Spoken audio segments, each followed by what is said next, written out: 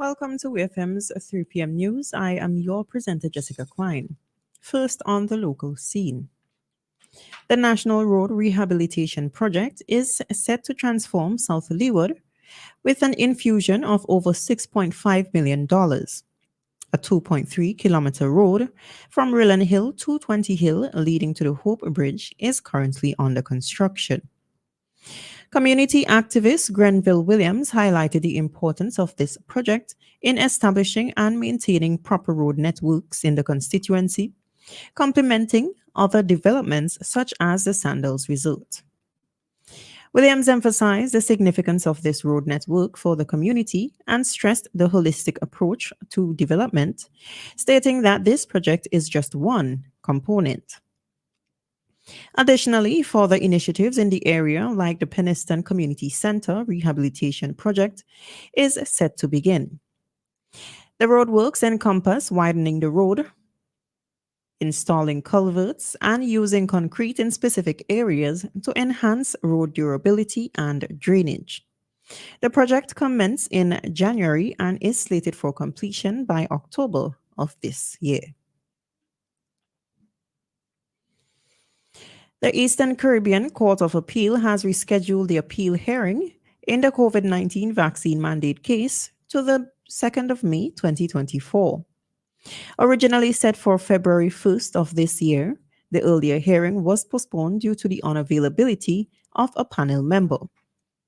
Since the adjournment, public sector workers affected by the government's 2021 vaccine mandate, later deemed illegal by the High Court, have been awaiting the new hearing date.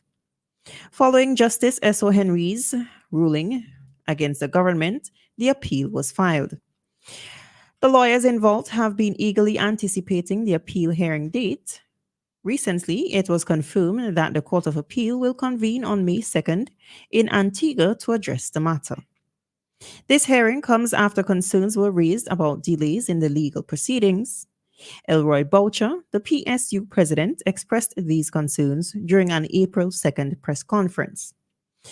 In her March 2023 ruling, Justice Henry reinstated the dismissed public sector workers' positions and ordered the government to provide backdated wages and benefits.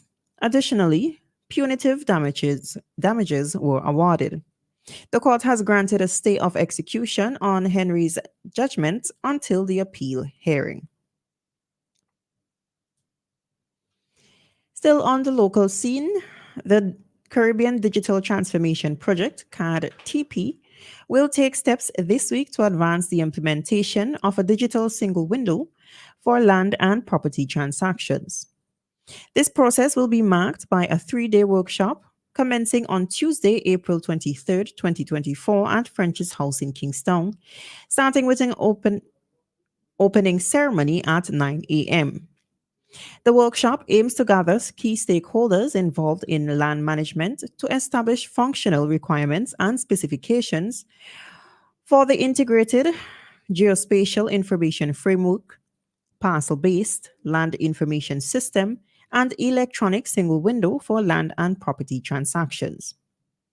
The event will hear professionals sharing insights from regional and global practices, emphasizing the SWLPTS project, institutional frameworks, data sharing, mapping, software development, process workflows, and a vision for an integrated land information system, LIS.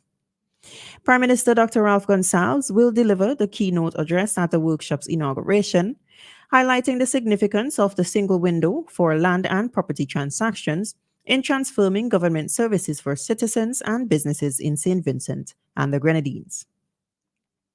Additional speakers include Deputy Prime Minister and Minister of Transport, Works, Lands and Physical Planning, Montgomery Daniel, Minister of Finance, Economic Planning and Information Technology, Camilo Gonsalves, CAD-TP Project Coordinator, Mr. Winston George, and Land Management Officer from the Land and Surveys Department, Mr. Collis Marie.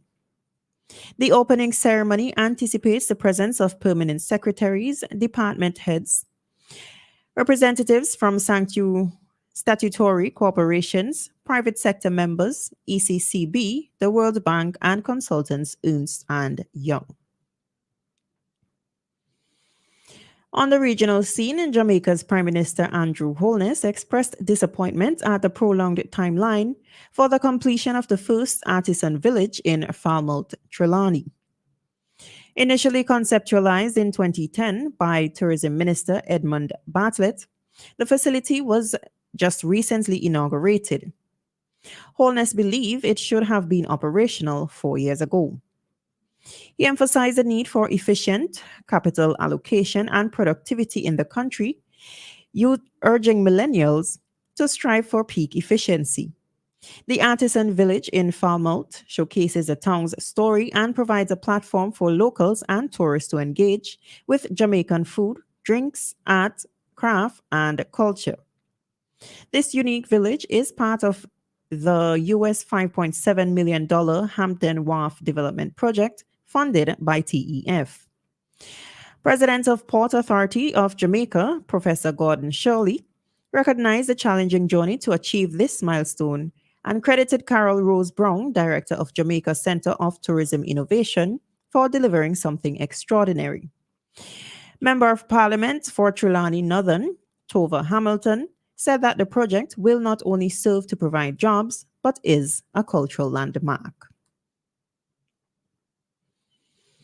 Still on the regional scene, police, fire officials, and Barbados Defense Force personnel recovered a woman's body from a well in Carmichael, St. George, after a nearly 5-hour operation that concluded around 11:15 p.m. Acting Assistant Superintendent of Police, Victor Brewster, informed reporters at the scene that the discovery was made by a man at approximately 5:15 p.m. During the man's dog walking excursion, his dog detected a scent near the well. Following the scent, the man found the source coming from the well. He could not see the bottom and promptly contacted the police, which subsequently the female's body was located. The senior officer mentioned that the body was decomposed and further tests would be conducted for identification. When asked if the body belonged to the missing Sheffet employee, Sonia Paris, Brewster stated there is a possibility, but due to the decomposition, additional testing is necessary. Earlier on Sunday, family, friends, and concerned individuals in Barbados conducted an extensive search throughout St. George for Paris, who had been missing since the previous Wednesday.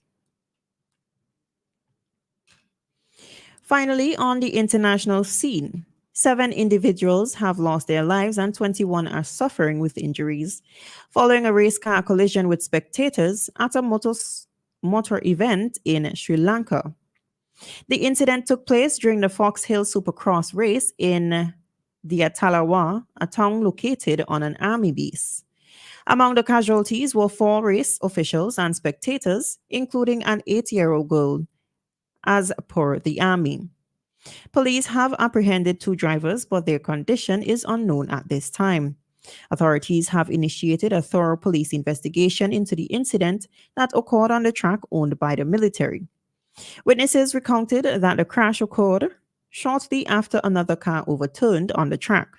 Despite efforts to signal cars to reduce speed with yellow lights, a red car deviated from the path and collided with spectators along the unprotected track. 5 individuals perished at the scene, while 2 succumbed to their injuries in the hospital. Several others remain in critical condition, according to officials.